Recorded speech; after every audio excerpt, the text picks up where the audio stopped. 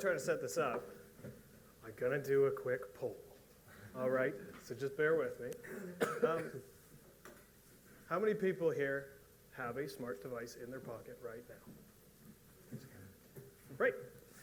Oh, keep them up. Keep them up. How many people here have 2 smart devices? Great. 2 hands. Like it. All right. How many people here have sent a very quick, terse response to an email and then realized later they got it wrong? Great. How many people have never done that? My psychologist would have a view on that, but it is what it is. Awesome. So what we're going to talk about today is the world of human understanding. And my background is 10 years of measurement systems. I come from a human kinetics background from a family that actually sold a computer science and computer business in the 90s. Clearly not from here. Classically, in fact, I had to put on shoes today. It's a big day for me. Yeah, great. Are we in? Sweet. Let's give it a try. Is it coming up? No, last time it did. It took a while, remember? And then, of course, we always have the technical glitches, naturally. But there's one fact, well, it's a guesstimate fact from the top neuroscientists out there, psychologists out there, that I want you guys to remember and really, really keep in mind. Because we're going to talk about the subconscious a little bit. It's a little bit airy-fairy because it's new stuff for us, frankly. The science is only 25 years old, and we've been doing some other hard sciences a lot longer than that. But what's interesting about it is we have sensors today that can tell us a lot more than we used to understand about each other. But I think the big fact is, at this point in time, every single one of you is intaking 11 million bits per second of data, emotional data, and then you're translating that and filtering out 10,999,960 bits to leave you with 40 bits per second going into your cognitive thought. Okay?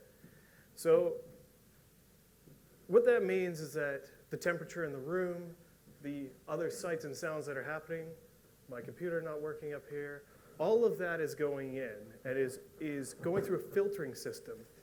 Well, that sounds better. We're going in the right direction. There we go. That means everything's going through your emotional system, your subconscious system, so that your cognitive brain can go, great, I need to make a decision. Do I pay attention to him? Do I not listen to him because he's from the States or Canada, for that matter? But I like to give you guys some forgiveness. Or do we actually pay attention to what's going on? And this is the fundamental crux that we're looking at, because that actually means that when you make a decision to buy into a brand or to purchase something, 60% of that decision, at least, has gone into your cognitive thought, at least. And so how do we actually start to understand you better? Because, as everybody's pointed out today, advertising was very much a top-down construct. It was, I'm going to force-feed you with what I want as my brand. But that's all changed. You have the power now. In fact, you have twice the power for those of you that have 2 devices on you right now. And that's your choice. And you get to choose who you have relationships with. So the question now that we have for the advertising industry is, or the brand industry more importantly, who has to build the relationship is, how do we empower those brands to bring value to you so that you can seek it out on your terms, on your own devices? Okay? So that's what we're going to get into today. Thank you very much. Great. So, name of the company is called Crowd Emotion. I think it speaks for itself a little bit. We have a crowd. You guys are emotional. Got that. Check. Take a read of this one.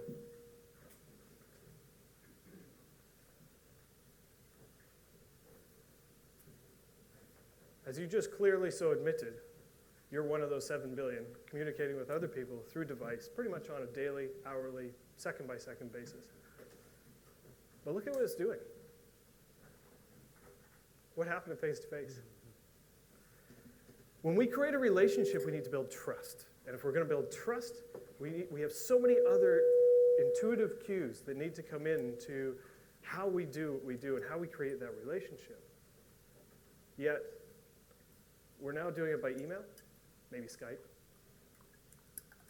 And we have to get back to the way, or at least enable technology to be able to help us understand some of the intuitive cues that we're missing.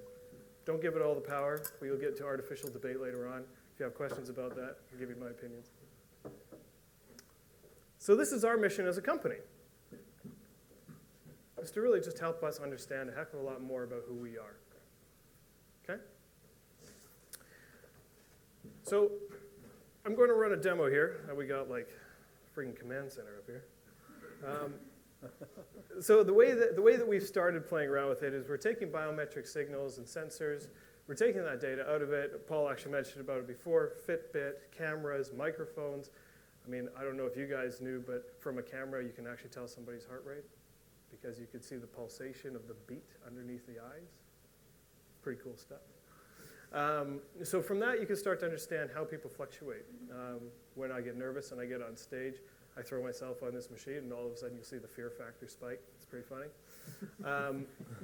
But then we have to blend it with stuff that we know. How do we contextualize? I mean, just being able to say somebody's happy, well, that's pretty general. But what does happiness mean? And if I was to interview each of you separately, we'd probably get a different definition of happiness for every single one of you because you contextualize it. So we need to contextualize it. So we ask survey questions, and then we blend it with metadata or performance data. So data that's relevant to your business, purchase cycles, market share, things that you drive your business and make your strategic decisions on. And the key about this is that you collect these disparate data sets, and then you kind of throw them into a blender, mash them up, and see what comes out of it. And then you let the data speak for itself. In some cases, emotions don't contribute a lot to a decision. In other cases, they do. So on that, I'm going to give you a quick example of how that actually works. I don't want to break things, but we need the camera.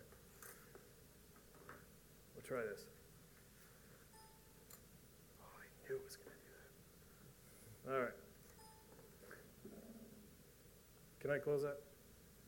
Yeah, cool. I think I shut everything down. All right.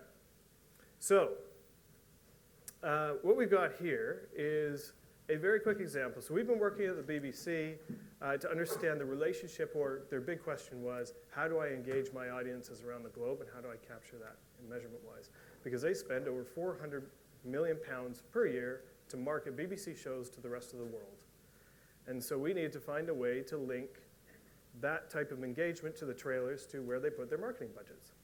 And so I would like to call a volunteer if anybody wants to give it a try. Your face will be on the big screen. You want to give it a try? Yeah, all right. I forget that was Throw in the media guy. Well done, Paul. Cool. So just take a read, follow the instructions, and I'll be talking to them while you're going through it. Okay. Where do you want me to stand? Right in front of the laptop. This side. Yeah, perfect. Does the sound on? Great. All right, okay. So, as we talked about consent, you need consent. Absolutely need consent when you're actually going to ask anybody for personal information or for any sort of data. So in this case, we're telling them what's going on, but we realized that if you put the legal consent context in there, frankly, nobody understands it. So I had ESL students write this one. No, delete it. Yes, only the computer can read it. And yes, you can look at it. So choose whichever consent you like. Oh, you're a kind man. You'll be setting some of the standards. So now, Flash is the bane of everybody's existence in video anything. And are we connected? Yes, we're connected. Why is this not coming up? Heavens only knows. It's a tech demo. That's why it's I not broke coming it. up. Oh, no, there it is. Okay. Hit the close. Hit the allow. We are actually just releasing our WebRTC version of this, so it can go on mobile, and we get to control the permissioning. So it's a much better user experience. So if you just hit close. Yep. What am I clicking on? The box in the middle. Ah, there. There you go. Sorry. Yeah. And allow? Yep. Great. So we would do this. Yeah, you're on Why there. did I agree to do this again, Matt? Great. Now, so we can give you real-time feedback, hit the allow button up top there. There you go. All right. So if you just scroll down, hit the next button. Great.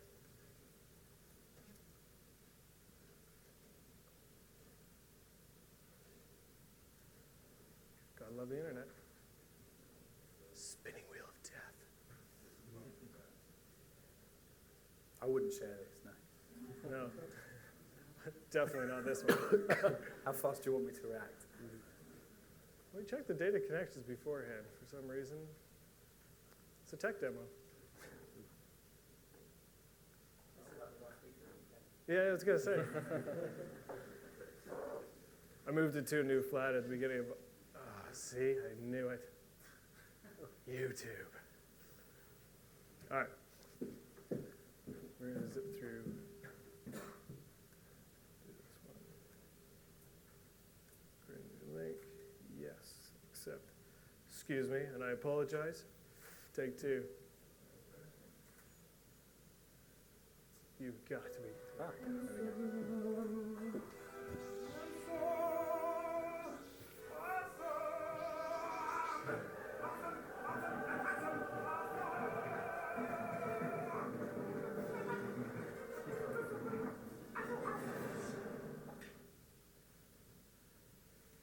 All right, great. Now you get to do your vote. Tell us what you cognitively think about it. Right at the top, you need to give us a 5-star to 1-star rating. Oh, there you go. Now, you tell us a little bit about yourself, and yes, you're on screen. You didn't tell me about this. Nice. I have to tell the truth, right? You don't have to.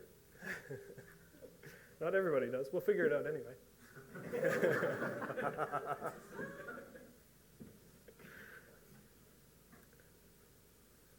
And now you're going to give us a little bit about your psych disposition. And these are always fun because they get people to question. But it's, as a CEO, I can already probably tell you where you're going to land with most of this.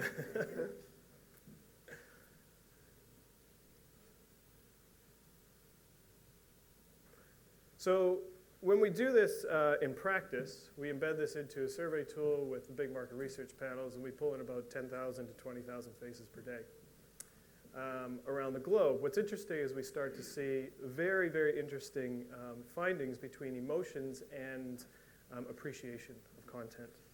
And trust me, we've looked at a lot of different metrics, particularly when you look across different countries.